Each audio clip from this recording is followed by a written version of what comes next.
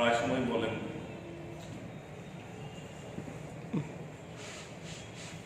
ত্রিপুরাতে সরকার চালানোর জন্য বিভিন্ন ডেভেলপমেন্ট ওয়ার্ক বিভিন্ন দপ্তরে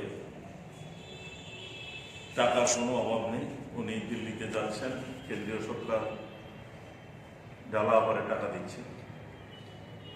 কালকে আরেক মন্ত্রী মাননীয় আইনমন্ত্রী রতননাথ, ওনারও একটা আজকে আপনাদের বিভিন্ন সংবাদ বলতে দেখলাম একটা বক্তব্য রেখেছেন। ত্রিপুরা সরকারের আর্থিক কোনো সংকট নেই। এইগুলি দেখার পরে আমার মনে হচ্ছে ওদের যে ক্যারেক্টার, মানুষকে বিভ্রান্ত করা, মানুষকে মিথ্যা কথা বলা অভ্যাসে পরিণত হয়েছে, এবং এটাও ত্রিপুরা রাজ্যের মানুষকে বিভ্রান্ত করার জন্য মিথ্যা কথাগুলি বলছেন, যেটা অন রেকর্ড কমপ্লিটলি উল্টো। আগে বামপন্থী সরকার তাকে শুনতাম কেন্দ্রের বঞ্চনা, এই সরকার ক্ষমতা আসার সময় মানুষকে প্রতিশ্রুতি দিয়েছিল কেন্দ্রে বিজেপি সরকার, রাজ্য যদি বিজেপি সরকার হয় তার উপরে অর্থের কোনো অভাব হবে না। কিন্তু বাস্তবে আমরা দেখছি বিজেপি ক্ষমতা আসার পরে কেন্দ্রে এবং ত্রিপুরা রাজ্যে বিজেপি সরকার প্রতিষ্ঠিত হওয়ার পরে অর্থনৈতিকভাবে ত্রিপুরাকে সাংঘাতিকভাবে বঞ্চিত করছে। সমগ্র উত্তর পূর্বাঞ্চল, বিশেষ করে ত্রিপুরাও তার সাথে সম্পূর্ণরূপে অবহেলিত, কোনো বরাদ্দ রাখা হয়নি।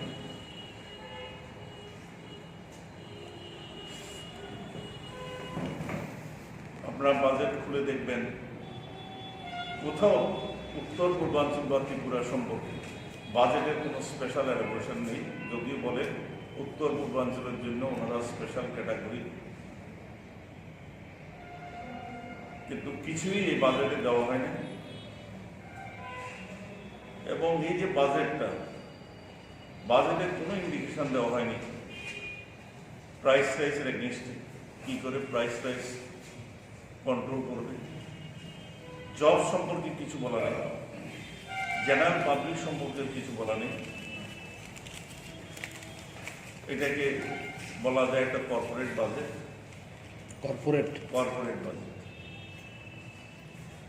সাধারণ মানুষ, গরিব, মেহনত মানুষ, শিক্ষিত যুবক, কৃষক, কারোর জন্য কোনো কিছু দেওয়া নেই। ওদের সম্পর্কে পুরো বাজেটটাই সাইলেন্ট। কারণ আপনারা সবাই জানেন আনএমপ্লয়মেন্টকে যদি আনএমপ্লয়মেন্টের সমস্যাটা যদি সমাধান করতে চান তাহলে সবচেয়ে বেশি গুরুত্ব দিতে হবে মাইন, কনস্ট্রাকশন এবং ইন্ডাস্ট্রি। এই বাজেটে তিনটে সম্পর্কে সাইলেন্ট। মাইন এবং কনস্ট্রাকশন এবং ইন্ডাস্ট্রি, এগুলির উপর কোনো রকমের কোনো বক্তব্য নেই। এগুলি সামনের দিনে জবের কোনো সম্ভাবনা নেই। তারপরে গরিবের অবস্থা আরো খারাপ। আপনারা এই বাজেটে, সেন্ট্রাল বাজেটে ফুডের উপর যে সাবসিডি সেটা কমিয়ে দেওয়া হয়েছে। MGNREGAতে যে বরাদ্দ এর আগের বছরও ছিল, এই বছর অনেক কমিয়ে দেওয়া হয়েছে।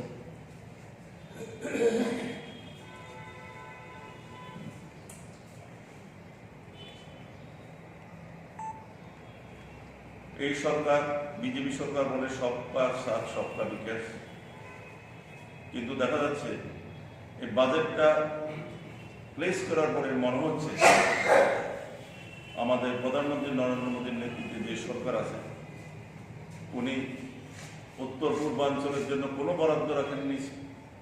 কারণ আমার ধারণা উনি বুঝতে পেরেছেন নর্থ ইস্ট বিজেপিকে ত্যাগ করেছে।